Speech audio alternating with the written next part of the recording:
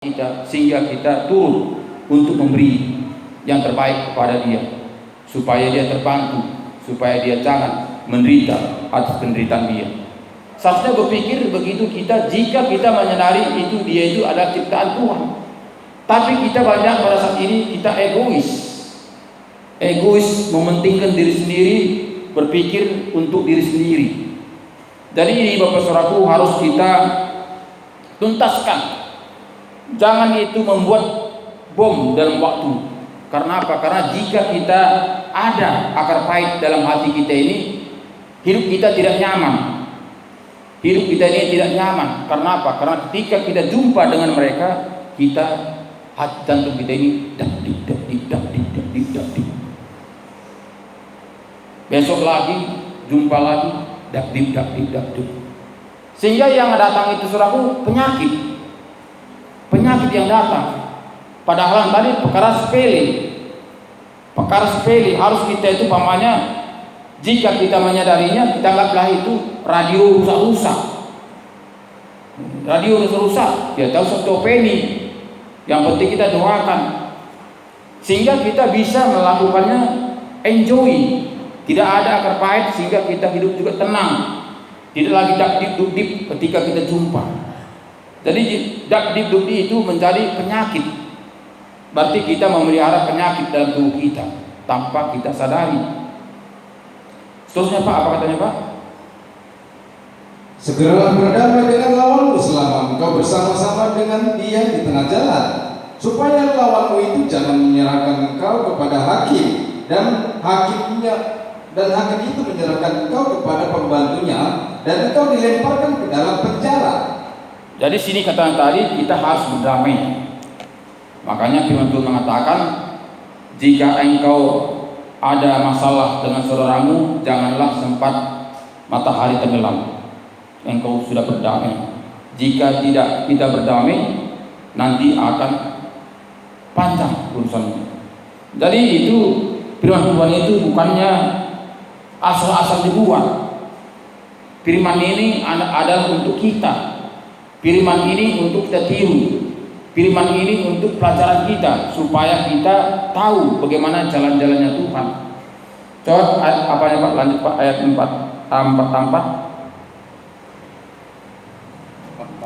Ya.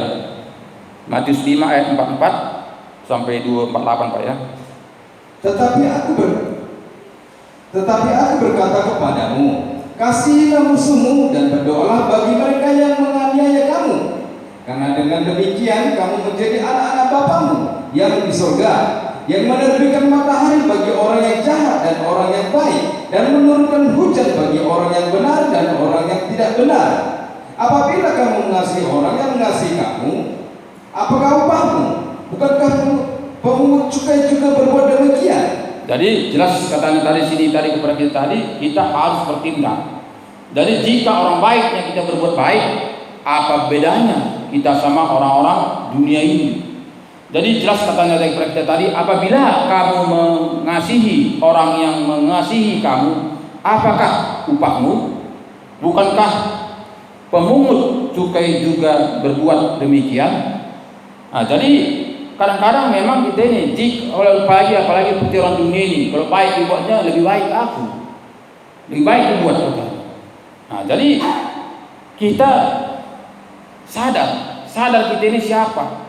Jika kita sadar kita ini siapa, tentu tidak seperti itu. Tapi baik tidak baik, kita harus berbuat baik. Memang berat. Iya, sangatlah berat.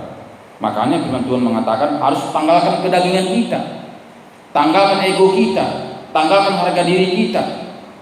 Memang pandangan orang dunia ini, kita ini mati rasa. Jadi kalau orang Kristen belum mati rasa, masih tanda tanya. Karena apa? Karena Tuhan Yesus kita melihat dari lahir dia sampai mati, penderitaan terus, diejek, diolok, macam-macam. Jadi kita ini adalah anak-anaknya. Jadi kita ini tidak jauh dari Bapa. Karakternya tidak jauh dari Bapa kalau memang betul-betul kita anak. Jadi Bapak Ibu Saudaraku, harus kita baca firman Tuhan. Jadi tidak cukup hanya kita beribadah 3 kali seminggu, tapi kita harus meneliti firman-firman kebenaran supaya kita betul mengerti jalan-jalannya Tuhan. Terus Pak lanjut, apa katanya? Dan apabila kamu hanya memberi salam kepada saudara-saudaramu saja, apakah lebihnya daripada perbuatan orang lain? Terus Pak, terus. Bukankah orang yang tidak mengenal Allah pun berbuat demikian? Karena itu haruslah kamu sempurna, sama seperti Bapamu yang di surga adalah sempurna. Ya, jadi jelas katanya tadi kepada kita tadi, kita harus sempurna. Apakah kita bisa sempurna? Tentu kita tidak bisa sempurna karena kita masih hidup di daging, hidup di dalam dunia. Kita satupun manusia tidak ada sempurna. Tapi kita harus berjalan di dalam rel. Jangan kita mengatakan ya manusia mana ada sempurna, tapi kita berjalan tetap di jalan-jalan kita. Harus kita menyadari memang kita ini tidak sempurna, tapi kita mau sempurnakan. Bagaimana cara kita untuk menyempurnakannya? Itu harus menjalankannya melalui kebenaran firman Tuhan. Kita baca firman Tuhan, kita undang Roh Kudus masuk dalam hati kita, sehingga Roh Tuhan itulah yang berkata-kata dalam hati kita, sehingga itulah membuat kita mengerti bagaimana jalan-jalannya Tuhan. Jika kita hanya mendengar saja, ya tentu banyak harus kita dengarkan. Tapi jika kita baca firman kebenaran Alkitab yang kita percayai, tentu sini sangat jelas. Apalagi Alkitab kita ini sangat mudah karena segala bahasa sudah dibuat, sudah bisa kita pahami. Tapi tinggal kita ini, apakah kita mau membacanya atau tidak, tinggal kita. Jadi tidak lagi alasan saya tidak mengerti bahasa Inggris, saya tidak mengerti bahasa Batak, tidak mengerti bahasa Karo, tidak itu. Tapi kita sudah dibuat Alkitab bahasa sendiri. Jadi tidak lagi ada alasan kita ini tidak mengerti, saya tidak tahu. Makanya jelas ini terkatakan kepada kita, karena itu haruslah kamu sempurna sama seperti Bapamu yang di surga adalah sempurna. Terus Pak, apa katanya Pak? Udah Pak ya? Udah 8 ya? Habis Pak? Ya lanjut Pak, ayat terakhir. Nanti bosan kali kita. Kita buka 1 Yohanes 3 ayat 14 sampai 16 Pak. 1 Yohanes 3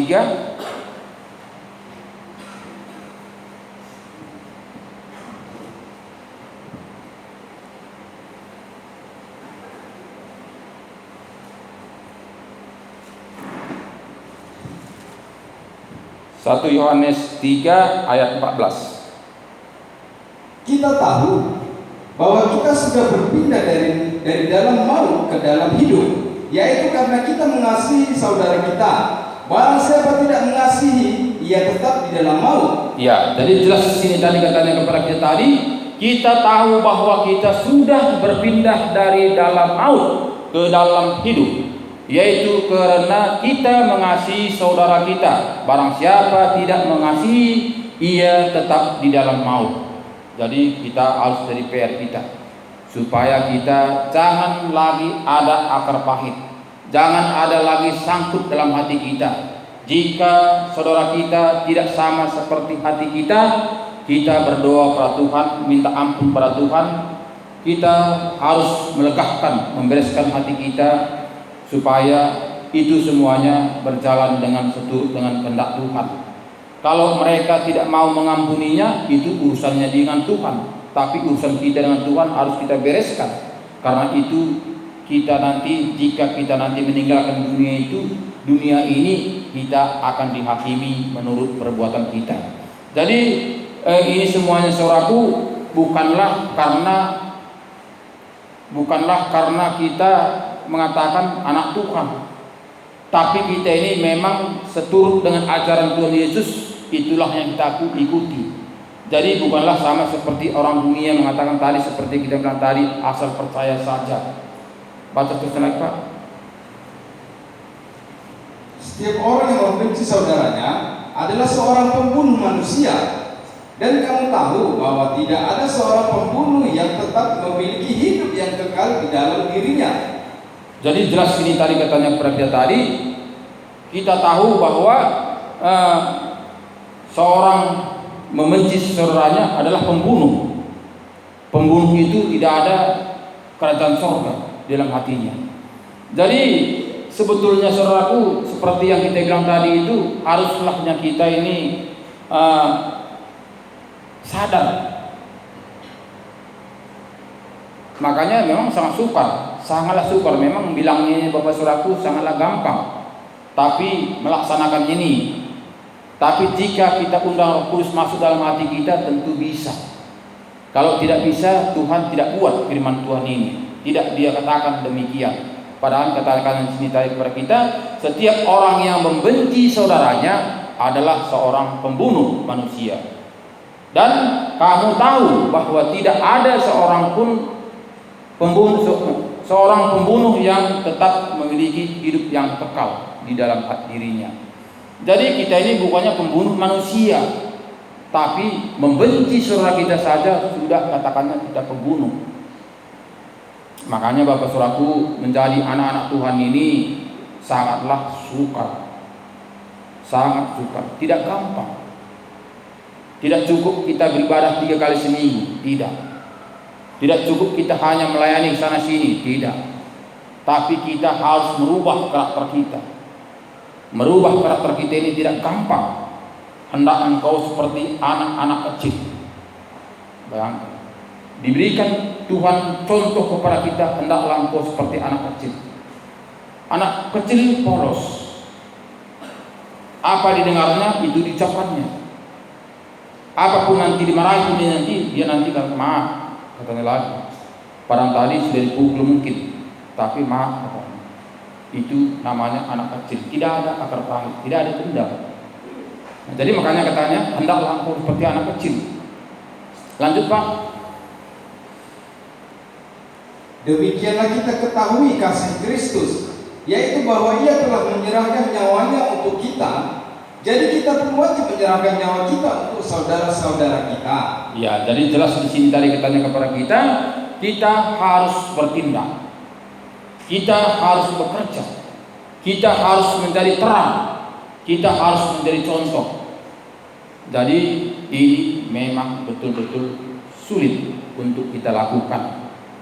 Jika kita tidak menanggalkan ego kita, jika kita tidak menanggalkan harga diri kita, itu tidak akan bisa kita lakukan.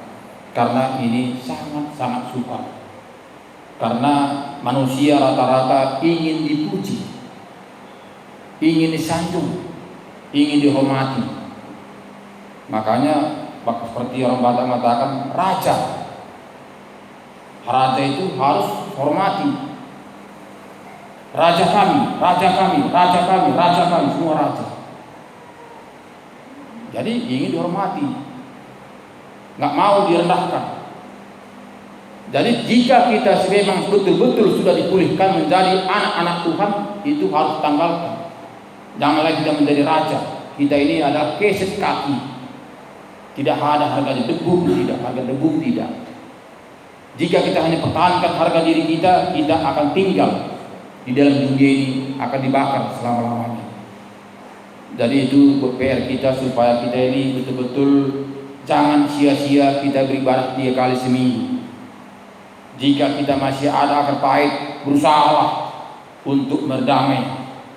Jangan ada gara-gara itu kita nanti dibakar selama-lamanya. Jika saudara kita tidak mau berdamai, itu urusan dia sama Tuhan. Yang penting kita doakan, peduli kita pada dia supaya dia juga tidak dibakar. Saya begitu Bapak Saudaraku, karena saudara saya ada dua saudara saya itu menguasai semua tinggal orang tua.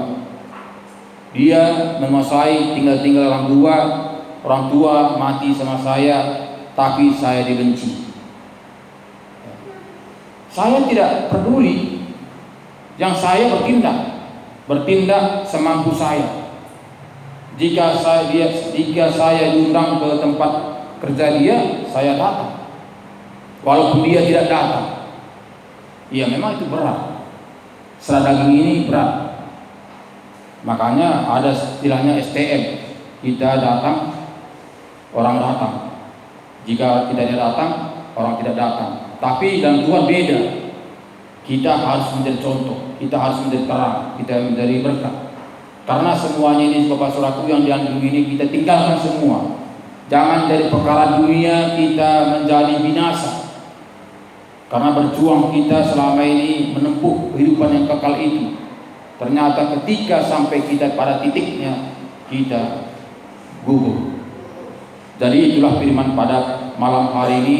Semoga firman yang kita sampaikan pada malam hari ini bisa menjadi PR kita, supaya kita itu betul-betul ibadah ini 3 kali seminggu tidak sia-sia begitu saja, tapi ada perubahan. Kita bisa menjadi terang, kita menjadi contoh, kita menjadi berkat kepada sekitar kita. Jangan kita hanya perang-perang terus, apalagi seperti kita sidang ini terus perang.